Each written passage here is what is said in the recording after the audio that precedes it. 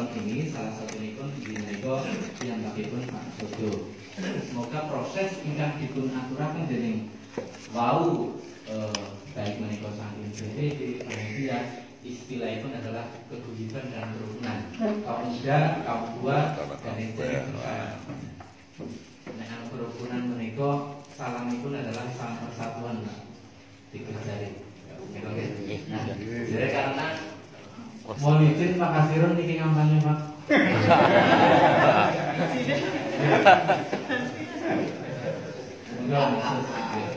Ini profil kami bacakan. Sebab jere wong milih kepala desa ora kena seperti milih kucing dalam karung, Pak. Karena Allah saestu sanes kucing. Jadi usia desa Jatimulyo ini akan berusia 100 tahun. 100 tahun.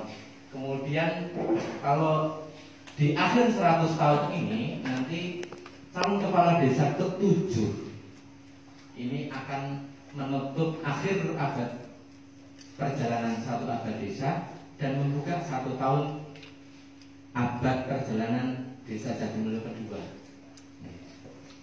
Jadi kalau kepala desanya akan terpilih kepala desa ke-7 karena panjenenganipun Pak Bikin terpilih 2 kali. Jadi kalau kepala desanya dari Pak Sayyid, kemudian Pak Sukomi Harjo, kemudian Pak Nur Sarono, Pak Kasirun, Pak Sotikin, Pak Sailan, Pak Sotikin lagi. Jadi kepala desanya adalah orang ke-7. Nyuwun pangestu, saya jadi orang yang ke-7. Makasih nggih. Berikutnya.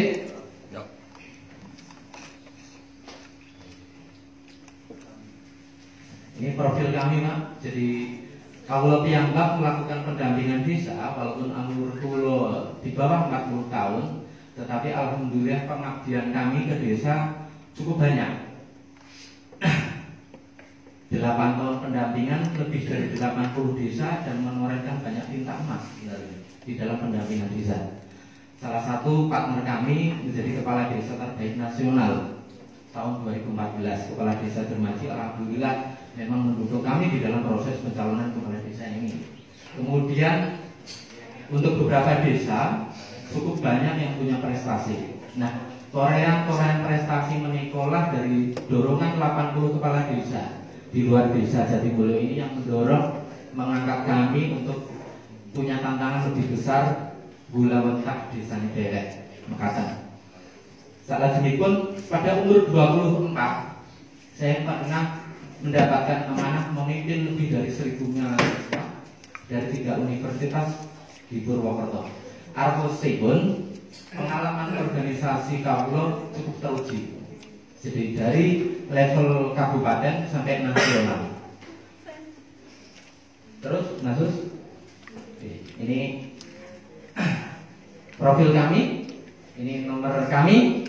Kemudian saya mengangkat memang sesuatu yang besar di dalam Jatimulyo. Karena sejarah Jatimulyo itu sejarah besar sebenarnya.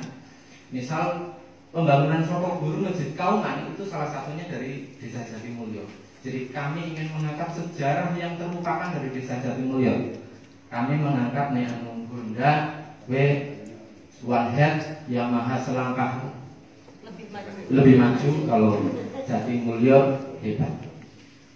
Terus, nah ini visi misi kami yang rencananya akan kami tuangkan di dalam pembangunan desa. Jadi kalau ke desa itu harus serius, Pak. Karena pembangunan nasional itu salah satu pilarnya adalah desa. Pinggir dari negara adalah desa.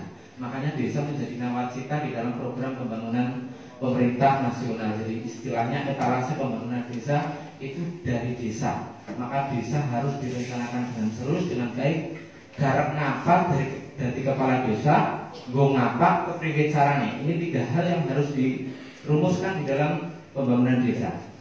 Ingkang kawiwitan kami ingin mewujudkan desa Jatimulyo yang maju, inovatif, dan sejahtera.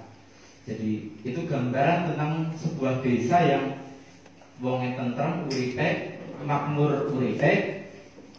Kemudian di dalamnya orang-orang terdidik, wong-wong sing pinter, duwe keterampilan bisa hidup bersama di desa, orang berjadi perantauan. Nah, yang pertama visinya adalah mewujudkan tata kelola pemerintahan desa yang bersih, modern, dan melayani. Ini kata-kata melayani ini saya pikir sudah cukup hilang lama di desa. Maknanya pun wong narik desa agar dilayani baik, kesuwen, dilalah ada orang-orang tertentu yang harus bertanda tangan boten wonten teng desa. Lah niki ingkang kawula sebenarnya kepengen pelayanan itu lebih baik, modern. Salah satunya adalah memprioritaskan pembangunan pada sumber daya yang strategis berupa ekonomi, prasarana dasar yang merata. Misal jalan-jalan pemukiman, poros desa, itu sesuatu yang strategis, pertanian, saluran irigasi. Nah, kalau yang mendasar sebenarnya bukan hanya infrastruktur itu, tetapi misal wong garap nandur pari, nah apa sih pemerintah desa orang menggunakan perwakilan petani, tukang traktor, traktor kapan, terus dari hulu sampai ke mantri pengairan supaya tidak ada hambatan. Untuk sarana irigasi yang sifatnya pengairan, ini saya pribadi malah justru menginisiasi sebelumnya dari kepala desa. Jadi kerjasama dengan ILILI, kerjasama dengan masyarakat desa, nyewa diesel, saya belikan pipanya, raketan plastik, saya bayari. Ini menunjukkan walaupun pertama, selanjutnya dilaksanakan oleh Dapokta, berarti pemimpin itu seharusnya menginspirasi lah. Ini saya lakukan di Jatisari Wetan, kemudian di Jaten Tengah. Salah satu adalah memperkuat kemandirian desa dengan pembangunan sektor unggulan desa. Ini di Jatimulyo ini kan riskan. Apa yang dikenal dari orang luar desa tentang Jatimulyo ini karena kita tidak punya produk unggulan. Nah, spesialisasi saya pribadi adalah mendorong desa memiliki program atau pembangunan yang sifatnya unggulan. Misalkan kesehatan warganya itu dilombakan antar RT, kebersihan lingkungannya itu sebenarnya sudah mendorong warga untuk menghilangkan penyakit-penyakit, bibit penyakit, sifatnya fasilitasi sebenarnya. Salah satu pun adalah mendorong generasi muda yang inovatif, cerdas, dan berbudi luhur. Ini memang kami berharap yang sifatnya olahraga atau olahragaan ini itu didorong, itu bukan hanya nukokna sepatune, kemudian dolanan yang ono, bal-balan yang ono, gawekna lapangane, berarti dijual. Saya mengharapkan sebenarnya adalah kegiatan wonten desa, misalkan kepemudaan itu difasilitasi awal dumugi akhiripun. Sifatnya gawe turnamen olahraga desa. Jadi olahraga kudu nggo Agustusan sekolah pisan baru sikile pada gampral-gampralan bali pada dengklang. Nah, ini yang saya harapkan sifatnya adalah turnamen. Kalau turnamen nanti didorong, dikompetisikan, sarana olahraganya dibuat, bajunya dibelikan, kemudian didorong memiliki pelatih yang bagus, kemudian dikompetisikan. Berarti Tangeriko tercipta jiwa yang sportif.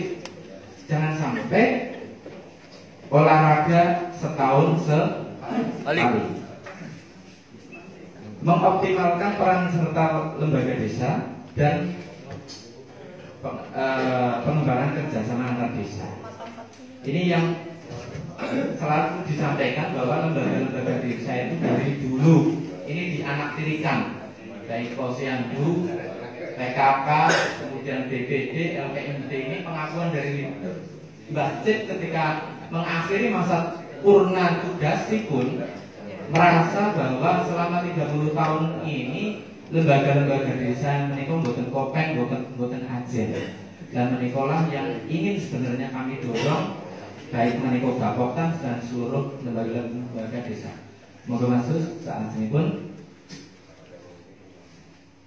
Nah, ini sebenarnya nek anu desa garap maju, Pakde, Bude, Sedoyo, ini seharusnya di sana ada namanya pentagonal aset. 5 aset desa yang harus sebenarnya dikembangkan. Aja mau gawe program, visi dan misi, tetapi harus menyentuh 5 aset di sana. Nuwun injih, yang pertama adalah sumber daya manusiane. Masyarakat desa kita itu punya keterampilan, mendapatkan penghasilan dari keterampilan. Yang kedua sosial kapital. Kegotong royongan itu jangan sampai memberatkan masyarakat, tetapi tidak boleh hilang. Anak gotong royong kan sekarang kalau sudah bisa kerja. Nah, kegotong royongan itu harus didorong, tetapi jangan sampai merugikan masyarakat.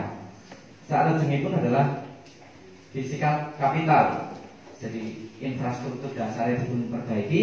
Kemudian yang keempat adalah modal keuangan. Jadi desa duit dibangun, dicakna untuk masyarakat juga punya uang. Jadi yang terakhir adalah natural capital. Dari sumber daya alam itu bagus, mau ingkang ditunaturaken wong tani dan nandur ora bingung banyune, ora melangsah hamane tidak